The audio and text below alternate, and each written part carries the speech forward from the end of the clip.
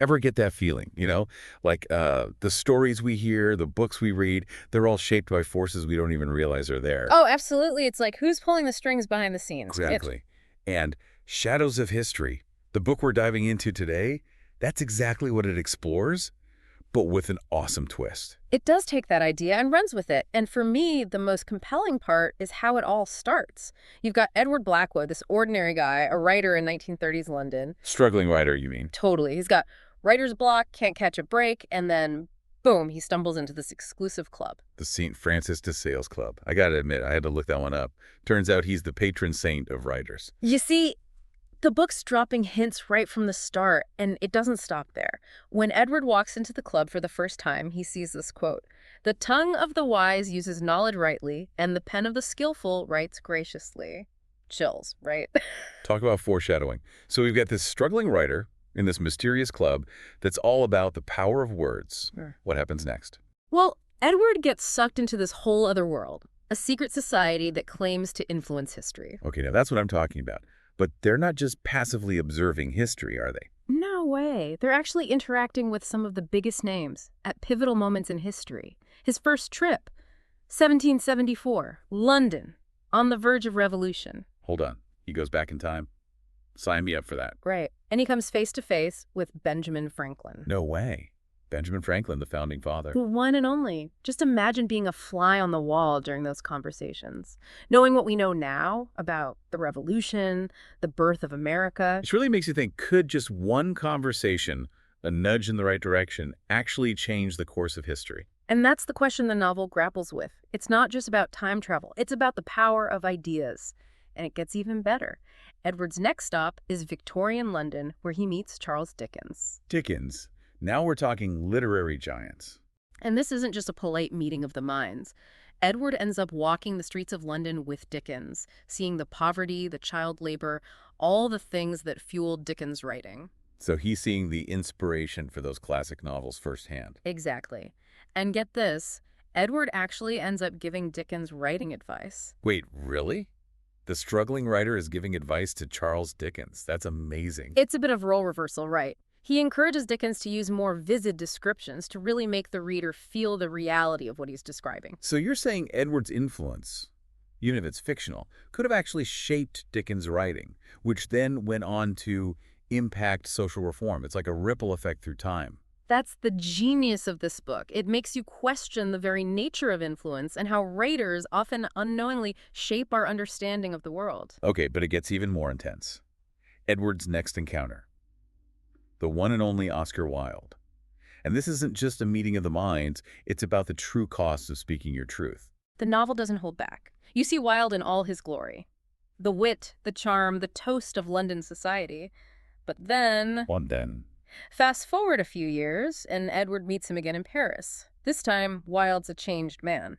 Broken, exiled, imprisoned for being who he was. A stark reminder of the price artists have historically paid for their authenticity. Precisely. Ate. And it forces Edward, and us as readers, to confront that age-old dilemma. Stay silent to protect yourself, or risk it all to speak your truth. A timeless struggle. It makes you wonder how many voices throughout history were silenced. How many stories we'll never get to hear because of that fear. And Shadows of History doesn't shy away from that. But Edward's journey takes him on a different kind of adventure next. Back to the 1930s. But this time he meets John Maynard Keynes. Keynes, the economist. Now that's a meeting of the minds I'd love to eavesdrop on. Right. And the novel really captures the atmosphere of the time. The world on the brink of war, economic uncertainty everywhere. And here are these two, debating economic theories, the role of government, the whole shebang. It's like looking into the engine room of history, seeing how these big ideas played out on a global scale. And speaking of global scale, Edward gets pulled into the heart of it. World War II breaks out, and he finds himself recruited, wait for it, to a secret unit within the Ministry of Information. The Ministry of Information, so propaganda and espionage. Sounds dangerous. Oh, it is. And his guide through this world of shadowy information warfare, none other than George Orwell. No way. Oh. George Orwell as in 1984 Orwell. The very same. Imagine those conversations. It's like the novels pulling together these iconic figures and making us rethink their impact. So Edward's gone from influencing individual writers to shaping the narratives of an entire war. That's a whole new level. And it's not easy for him. At first, he resists, sees it as propaganda, but Orwell challenges him. He argues that truth itself can be a weapon in wartime. It's all about how you use it, what stories you choose to tell. That's a good point. Even in war, especially in war, people need hope. Exactly. And it's not just Orwell. Edward also meets, get this, J.R.R. Tolkien. Tolkien, hobbits and orcs in the middle of a world war. Now that's a contrast, but Tolkien makes a compelling argument. He says, sure, his stories are fantastical, but they speak to universal truths. Courage, sacrifice, good versus evil, things that resonate even more in wartime. It's like saying escapism can also be a form of resistance, a way to hold on to hope in dark times. And that's what Edward starts to realize. He shifts his focus. Instead of propaganda, he starts sharing the stories of ordinary people caught in the crossfire. The human cost of war. Giving a voice to the voiceless. Powerful stuff. And he even has a chance meeting with Vera Lynn. The Force's sweetheart. You know it. They talk about the power of music, how it can offer comfort and hope even in the darkest of times. Music as a lifeline. Makes you think about the universal power of art. But the war can't last forever, right? No. And afterward, Edward's journey takes another unexpected turn. He's called back to the club for a meeting. Present, Arthur, of course, and Winston Churchill. Churchill. Okay, now things are getting serious. This is where the scope of the novel really opens up. It turns out the club isn't just some gentleman's book club, it's a secret society. They've been shaping world events for centuries, working behind the scenes. Well, okay, so it's a conspiracy thriller now. Sign me up. What do they want with Edward?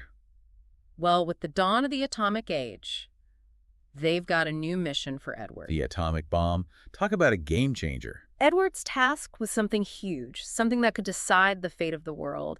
He's got to help shape the narrative around this terrifying new weapon. No pressure. It's like he's become the ultimate storyteller. You could say that, but the question is, can he handle that responsibility? And what happens when the lines between shaping narratives and manipulating them start to blur? That's where we'll pick up in the final part of our deep dive. Shaping the narrative around the atomic bomb. It's like he's been handed the controls to a runaway train. Right, and it weighs on him, this burden of responsibility. But you know what they say about pressure? Sometimes it makes diamonds. And Edward, he's about to go through some serious transformation. So where does this journey take him next? Back to the shadowed halls of power in London. Not quite. Arthur, always a few steps ahead, sends Edward across the pond to America. America? Why America? It's the 1950s. The post-war boom is in full swing. Arthur sends Edward with a prestigious journalism award and a cryptic message.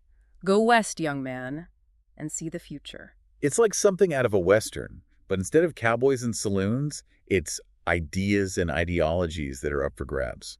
Who does Edward meet in this land of opportunity? His first encounter, none other than J.D. Salinger. Salinger, as in Catcher in the Rye, Salinger. Now that's a meeting I wish I could have witnessed. What did those two talk about? They delve into this whole conversation about post-war disillusionment, the anxieties of a new generation. Remember, this is the era of the Beat generation in America, the angry young men in Britain. So much change, so quickly. Right. Did Edward find himself slipping into that mentor role again, offering advice, shaping perspectives? He's more of an observer at this point, trying to make sense of it all himself, and the encounters keep coming. He's in Washington, D.C., briefly crosses paths with Senator John F. Kennedy. JFK. Already a rising star in the political scene. What a time to be in America. Did they actually talk? Oh, they talked. The novel doesn't reveal everything, which just adds to the mystery. But it's clear Edward is drawn to Kennedy's charisma, his vision for the future. Hope and ambition mixed with the ever-present threat of the Cold War. It was a time of great uncertainty, wasn't it? Did Edward see past the shiny facade of American optimism? He does. He travels to the South, witnesses the civil rights movement firsthand.